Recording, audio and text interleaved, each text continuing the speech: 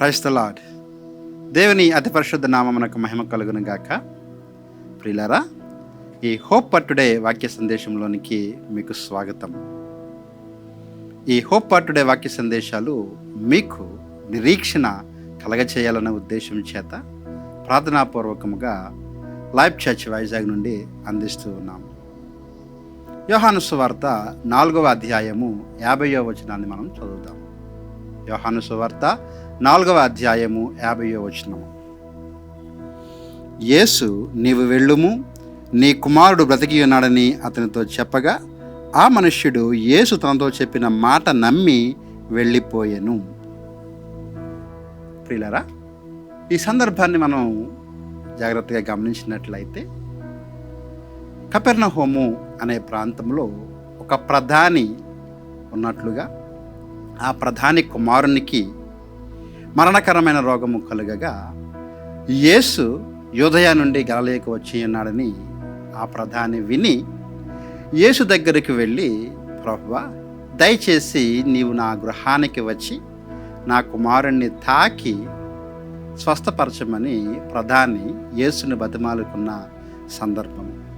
అయితే యేసు ఆ ప్రధాని కోరినట్లుగా ఆ ప్రధాని ఇంటికి వెళ్ళి కుమారుని తాకి ప్రార్థించకుండా ఒక మాట మాత్రము చెబుతూ ఉన్నాడు.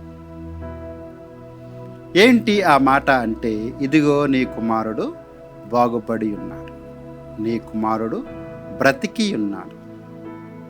అయితే ఈ సందర్భాన్ని జాగ్రత్తగా గమనించినప్పుడు 3 విషయాలు మనకు అర్థమవుతుంది.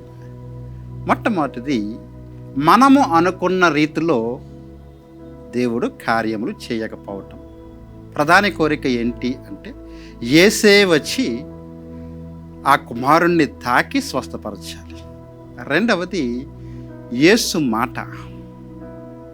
మూడవది విశ్వాసం. ఈ 3 విషయాలను మనం జాగ్రత్తగా అర్థం చేసుకున్నట్లయితే ఆ సందర్భంలో చాలా గొప్ప అద్భుతమే జరిగింది. చావు సిద్ధమై ఉన్న ఆ బాలుడు బ్రతికినట్లుగా వాక్యం చెబుతూ ఉంది. అయితే జరిగిన క్రమం ఏదైతే ఉందో అది మనం ఈ రోజున నేర్చుకోవాల్సిన విషయం. చాలా సందర్భాల్లో మన అనుకున్నట్లుగా మన కార్యాలు జరగవు. మనము అనుకునేది ఒకటైతే ఆ కార్యం జరిగే విధానం మరొకటి అవుతూ ఉంటుంది. ఆ విషయంలో ఆందోళన చెందవలసిన పని లేదు. ఇదిగో ప్రధాని కోరినట్లుగా యేసు ఇంటికి రాలేదు, కానీ ఆయన మాట మాత్రం సెలవిచ్చాడు. ఒక అద్భుతం జరగాలి అంటే మనం అనుకున్నట్లుగా జరగనవసరం లేదు, కానీ 2 విషయాలు చాలా ప్రాముఖ్యం. మొట్టమొదటిది దేవుని వాగ్దానము, ఆయన మాట. రెండవది మన విశ్వాసం. అక్కడ చక్కగా రాయబడింది, అతడు నమ్మి వెళ్ళిపోయెను అనే మాట. అది చాలా ప్రాముఖ్యం. ఒకవేళ నేను అనుకున్నట్లుగానే యేసు నా ఇంటికి రాకపోయినా కానీ ఆయన మాట ఇచ్చాడు, ఆ మాట చాలు అని నమ్మి ఆ వ్యక్తి వెళ్ళగా, ఇంకా ఇతను వెళ్ళలేదు, దాసులు ఎదురుగా వచ్చి ఇదిగో నీ కుమారుడు స్వస్థపరచబడి ఉన్నాడని చెప్పారు. అప్పుడు ఆ యొక్క ప్రధాన్ని సంతోషించకుండా ఒక ప్రశ్న అడిగినట్లుగా మనం చూస్తాం కింద వచనాలలో. ఏంటి ఆ ప్రశ్న అంటే, ఏ గడియలో స్వస్థపరచబడ్డాడు అంటే, వారు చెప్పిన సమయం ఏ సమయము అంటే ప్రభువు చెప్పిన సమయం. ప్రభువు చెప్పిన మాట, పలికిన మాట యొక్క సమయము, ఆ బాలుడు బాగుపడిన సమయము 2 ఒకటే. కాబట్టి ప్రియులారా, మన జీవితాల్లో అద్భుతాలు జరగాలని మనం కోరుకుంటూ ఉన్నప్పుడు చాలా సమయాల్లో మనం అనుకున్నట్లుగా కార్యాలు జరగలేదు, కార్యాలు జరగవు. కానీ ఆందోళన చెందవలసిన అవసరం లేదు.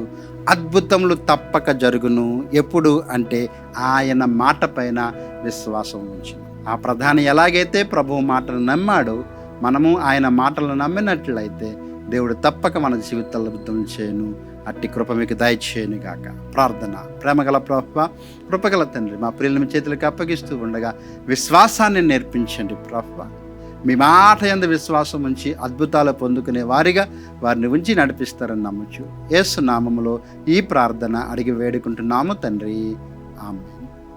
మిత్రులారా, దేవుడు మిమ్మల్ని దీవించును గాక.